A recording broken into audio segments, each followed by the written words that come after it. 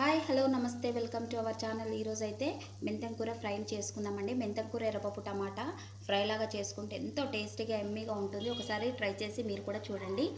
Let's ప్రాసెస్లోకి వెళ్దాం. Stove on చేసుకొని ప్యాన్ పెట్టేసుకొని ఆయిల్ వేసుకున్నానండి. ఆయిల్ హీట్ అయ్యింది. ఇప్పుడు ఆవాలు వేసుకుందాము. ఆవాలు చిటపటలాడుతున్నాయి. జీలకర్ర వేసుకుందాం.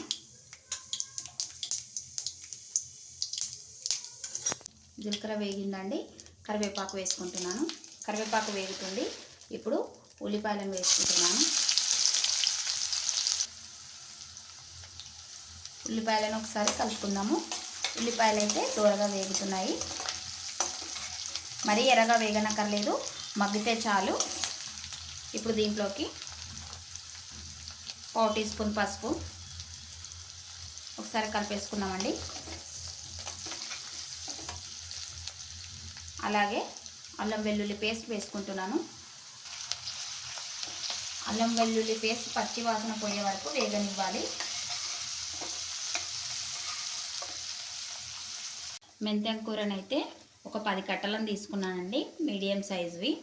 ఇలా తెంపుకొని సన్నగా కట్ చేసుకున్నాను. కూర వేసే ముంగటనే కట్ చేసుకోవాలి, లేకపోతే చేదెక్కుతుంది. శుభ్రంగా వాటర్లో కడిగేసుకొని నీళ్ళు కట్టుకొని ఇప్పుడు ఆయిల్లో వేద్దామండి.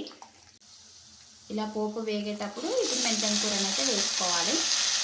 నీళ్ళు వడకట్టేసుకొని మెంతి కూరని ఇలా వేసాక పోపులో అయితే ఈవెన్గా కలుపుకోవాలండి. పోపు అంతా ఆకుకు పట్టేటట్టు కలుపుకోవాలి. ఇలా మెంతి కూరని అయితే ఒక 5 మినిట్స్ పాటు కలుపుకుంటూ వేగనివ్వాలండి. ఒకసారి అయితే మెంతి కూరని ఇలా కలుపుకుందామండి. ఇలా నేనైతే పప్పుని ఒక 10 నిమిషాల పాటు నానబెట్టుకున్నానండి. నేను ఎర్రపప్పుని తీసుకుంటున్నాను. మీకు ఇష్టం ఉంటే పెసరపప్పుతో కూడా చేయొచ్చు. నేను ఒకసారి ఇలా చేస్తా. ఈ టేస్ట్ కూడా బాగుంటుంది. ఇప్పుడు దీంట్లోకి మెంతం కూర వేగాక ఇలా వేసుకోవాలండి.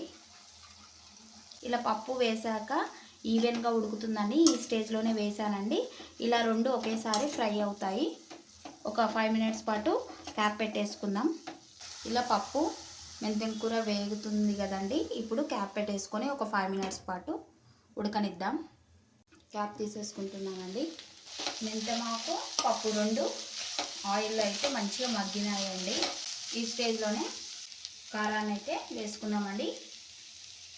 మీ రుచికి తగినంత కారాన్ని వేసుకోండి. సాల్ట్ వేసుకుంటున్నాను. సరే అయితే కలిపేసుకుందాం. ఉప్పు కారం వేసాక ఈవెన్గా కలుపుకుందామండి. ఉప్పు కారం వేసాక ఈవెన్గా కలుపుకున్నాక 1 నిమిషం అయ్యాక టమాటాలు అయితే వేసుకుందాము.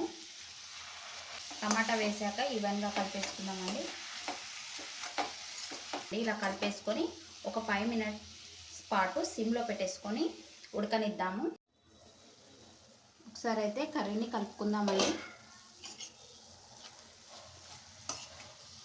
కలుపుకున్నాను కదండి. ఒక 2 మినిట్స్ పాటు మూత పెట్టేసుకొని ఉడకనిద్దామండి. ఇంకొద్దిగా ఉడకాలి. ఓకే అండి, మెంతం కూర ఎర్రపప్పు టమాటా అయితే రెడీ. ఇలా ఫ్రై చేసుకుంటే చాలా ఎమ్మీగా ఉంటుంది. ఒకసారి మీరు కూడా ట్రై చేసి చూడండి. ఎంతో టేస్టీగా సూపర్గా ఉంటుంది. దీంట్లోకి కొత్తిమీర అయితే వేసుకుందాం. కొత్తిమీరను వేసుకుంటున్నానండి. ఒకసారి కలిపేద్దాం. ఓకే, మెంతం కూర ఎర్రపప్పు టమాటా